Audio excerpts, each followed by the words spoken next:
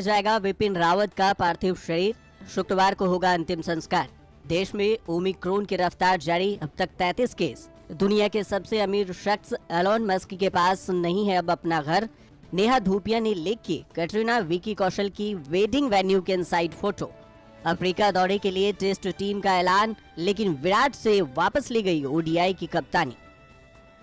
तमिलनाडु में कुन्नूर के पास हुए हेलीकॉप्टर हादसे में जान गंवाने वाले देश के पहले चीफ ऑफ डिफेंस स्टाफ यानी सीडीएस जनरल बिपिन रावत और उनकी पत्नी मधुलिका का पार्थिव शरीर 9 दिसंबर की शाम तक दिल्ली लाया जाएगा। दोनों का अंतिम संस्कार 10 दिसंबर को दिल्ली छावनी में करने की योजना है। उधर विपिन रावत के गृह राज्य उत्तराखंड में राज्य सरकार ने 3 दिन के राजकीय शोक की घोषणा की है। बता दें कि तमिलनाडु के कुन्नूर में 8 दिसंबर को करीब 12:20 पर हेलीकॉप्टर क्रैश हुआ था। हादसे का शिकार हुए MI-17 VS हेलीकॉप्टर में जनरल रावत की पत्नी मधुलिका समेत सेना के 14 जवान सवार थे। हेलीकॉप्टर हादसे की वजह खराब मौसम को माना जा रहा है। देश में ओमिक्रॉन वेरिएंट के मामले धीरे धीरे बढ़ रहे हैं। महाराष्ट्र में 8 दिसंबर को ओमिक्रॉन के 10 और मरीज मिले हैं। अब राज्य में ओमिक्रॉन संक्रमितों की संख्या बढ़कर 20 हो गई है। इसके साथ ही देश में ओमिक्रॉन के मरीजों की संख्या 23 से बढ़कर 33 हो गई है। महाराष्ट्र में करीब 65 स्वैब जीनोम सीक्वेंसिंग के लिए भेजा गया है, जिसमें माना जा रहा है कि मरीजों की संख्या और भी बढ़ सकती है। वहीं वैक्सीन बनाने वाली अमेरिकी कंपनी फाइजर ने कहा है कि उनकी कोविड वैक्सीन की शुरुआती 2 डोज भले ही ओमिक्रॉन से लड़ने में कम असरदार हों, मगर तीसरी बूस्टर डोज देने के बाद इसका असर बढ़ सकता है।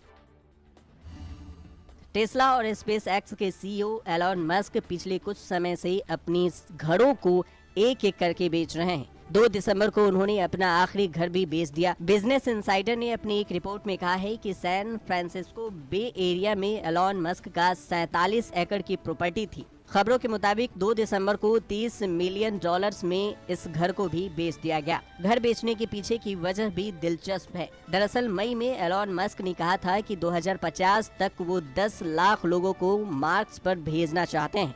वहाँ कॉलोनी बसाने के लिए वो अपनी सारी प्रॉपर्टी बेच रहे हैं। बता दें कि सैन फ्रांसिस्को में अपने घर को एलोन मस्क ने 2017 में $23 मिलियन में खरीदा था। बाद में उन्होंने अपने सभी घरों को बेचना शुरू कर दिया। हालांकि सैन फ्रांसिस्को वाला ये घर सबसे आखिर में बेचा है। इस घर को बेचने के बाद अब एलोन मस्क के पास अपना कोई घर नहीं है।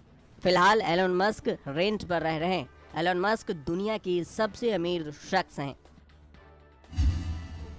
बॉलीवुड की मोस्ट अवेटेड शादी में बस एक दिन का इंतजार बाकी है। राजस्थान में विक्की कैटरीना की प्री वेडिंग फेस्टिव्स का जश्न जारी है, लेकिन फैंस के लिए सबसे बड़ी निराशा की बात ये रही कि अभी तक उन्हें विक्की कैटरीना के वेडिंग इवेंट की एक भी झलक नहीं दिखी है। लेकिन नेहा धूपिया ने विक्की कैटरीना की वेडिंग वेन्यू की फोटो सोशल मीडिया पर शेयर की है। नेहा धूपिया ने राजस्थान के 6 सेंसेस फोर्ट बरवाड़ा से अपनी लेटेस्ट फोटो शेयर की है। इस तस्वीर में नेहा के साथ उनके पति अंगद बेदी भी नजर आ रहे हैं। नेहा अंगद की इस फोटो के बैकग्राउंड में रोशनी से जगमग डेकोर साफ देखा जा सकता है। Colourful decoration mostly pink light को देख प्री वेडिंग फेस्टिव्स की रौनक देखने को मिलती है। नेहा की इन फोटोज पर सेलेब्स और फैंस के ढेरों कमेंट्स आ रहे हैं। विक्की कैट की शादी में अंबानी परिवार के लिए ओबराय होटल में 5 रूम रिजर्व किए गए हैं। शादी में विराट, अनुष्का के साथ अक्षय कुमार और दूसरे सेलिब्रिटीज भी आ सकते हैं।